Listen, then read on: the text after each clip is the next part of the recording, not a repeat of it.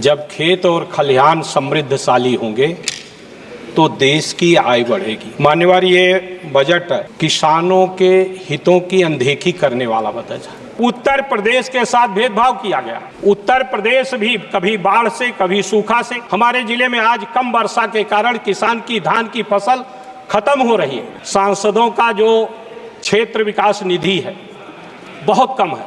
5 crore, 1 kilometre में 1 करोड़ रुपया लगता है। 2 करोड़ रुपया, 5 करोड़ में 5 किलोमीटर सड़क बनेगी। श्री लालजी वर्मा। लालजी वर्मा।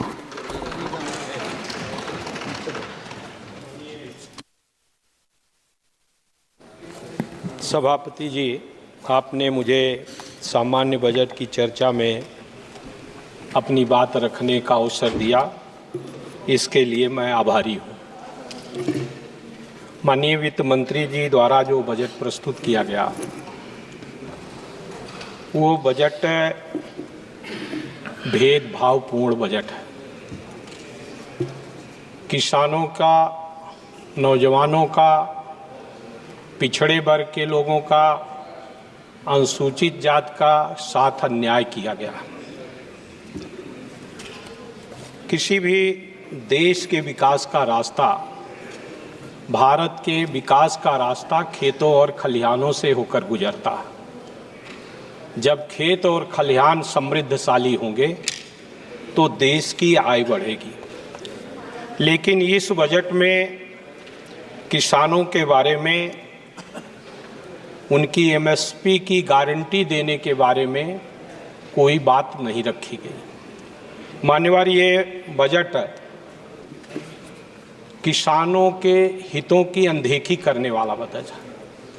माननीय वित्त मंत्री जी ने कहा कि हमने अधिक बढ़ाकर एमएसपी देने का काम किया। हमारा जो कास्ट ऑफ प्रोडक्शन है, सरकार के विभिन्न कृषि फार्मों पर, कृषि विश्वविद्यालयों में उस कास्ट ऑफ प्रोडक्शन के समतुल्य जो समर्थन मूल्य है वो नहीं। किसान का लागत मूल्य तो बढ़ गया महंगाई के चलते। खाद का दाम बढ़ गया, कीटनाशक दवाओं का दाम बढ़ गया, बीज का दाम बढ़ गया, डीजल का दाम बढ़ गया, बिजली का दाम बढ़ गया। उसके समतुल्य जो है, उसका जो एमएसपी है वो नहीं घोषित की गई, जिससे किसान की आमदनी घटी।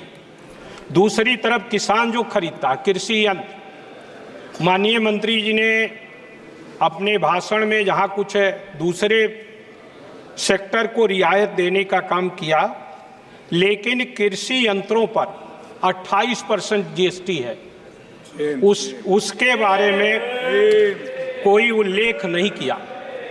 मान्यवर, बाबा साहब भीमराव अंबेडकर ने भी संविधान सभा में इस बात को कहा था कि भारत में सामाजिक और आर्थिक गैर बराबरी है।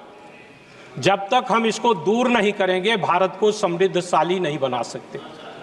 आज उस सामाजिक और आर्थिक गैर बराबरी को बढ़ाने वाला ये बजट है। जाति जनगणना का कोई उल्लेख नहीं है। इस बजट में पिछड़े वर्गों का जो आरक्षण है उसको पूरा करने के लिए बैकलॉग के आधार पर भर्ती का कोई उल्लेख नहीं है। अनुसूचित जाति के रिजर्वेशन को पूरा करने का कोई उल्लेख नहीं है। इसके साथ साथ मान्यवर, किसान के जो समर्थन मूल्य है उसकी गारंटी का उल्लेख नहीं। मैंने बजट का विभिन्न हिस्सों में देखने का काम किया। पिछले वर्ष के मुकाबले उर्वरक पर कम पैसा रखने का काम किया गया।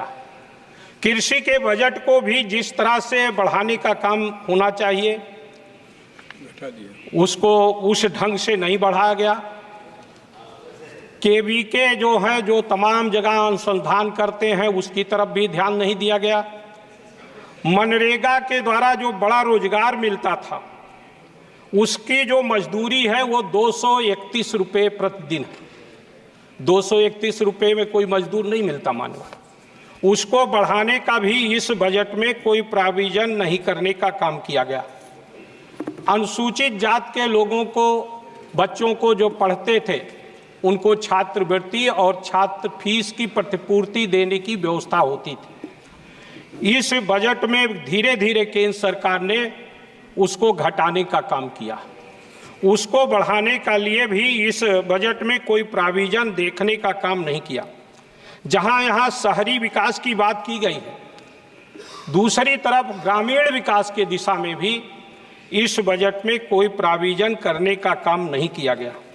मेरा ये मानना है कि जब तक हम किसान को, चौधरी चरण सिंह जो भारत के प्रधानमंत्री भी रह चुके हैं, उन्होंने एक किताब लिखा है, भारत की आर्थिक भयावह स्थिति, कारण और निदान।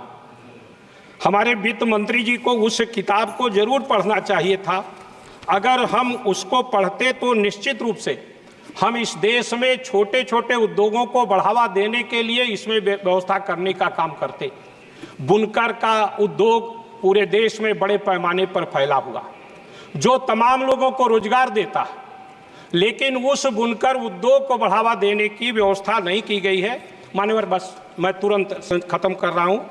मैं आपके माध्यम से ये निवेदन करना चाहता हूं कि हमें उस बुनकरों को बिजली सस्ते दर पर देने के लिए, उनके उत्पादन का खरीद करने के लिए सस्ते रेट पर उनको धागा उपलब्ध कराने की व्यवस्था होनी चाहिए। साथ ही साथ मान्यवर, उत्तर प्रदेश के साथ भेदभाव किया गया। उत्तर प्रदेश भी कभी बाढ़ से, कभी सूखा से, तमाम जगह बाढ़ आया है और नेपाल पानी नदियों में छोड़ता है, उसका बहुत बड़े हिस्से पर असर पड़ता है। दूसरी तरफ सूखा भी है। हमारे जिले में आज कम वर्षा के कारण किसान की धान की फसल खत्म हो रही है। उसके विकास के लिए उसको कैसे ठीक किया जाए, उसके लिए व्यवस्था नहीं की गई है। अयोध्या के बारे में बार बार चर्चा आती है। बनारस से माननीय प्रधानमंत्री जी चुनकर आते हैं। अयोध्या से बनारस जाने में 7 घंटे से ज़्यादा समय लगता है। उसके एक्सप्रेसवे बनाने के लिए भी इस बजट में कोई चर्चा करने का काम नहीं किया। मान्यवर, सांसदों का जो क्षेत्र विकास निधि है बहुत कम है। 5 करोड़, 1 किलोमीटर में 1 करोड़ रुपया लगता है। 2 करोड़ रुपया, 5 करोड़ में 5 किलोमीटर सड़क बनेगी। 5 विधानसभा हमारे यहाँ है और 20 लाख की आबादी को कवर करता है। तो मान्यवर, इसको भी इसमें बढ़ाने का माननीय वित्त मंत्री ने उल्लेख नहीं किया। कम से कम 20 करोड़ क्षेत्र विकास निधि होनी चाहिए, ऐसा मैं मांग करता हूं। आपने मुझे अवसर दिया, इसके लिए मैं आपका हृदय से आभार व्यक्त करते हुए अपनी बात को विराम देता हूं। धन्यवाद। सुश्री प्रणीति शिंदे जी।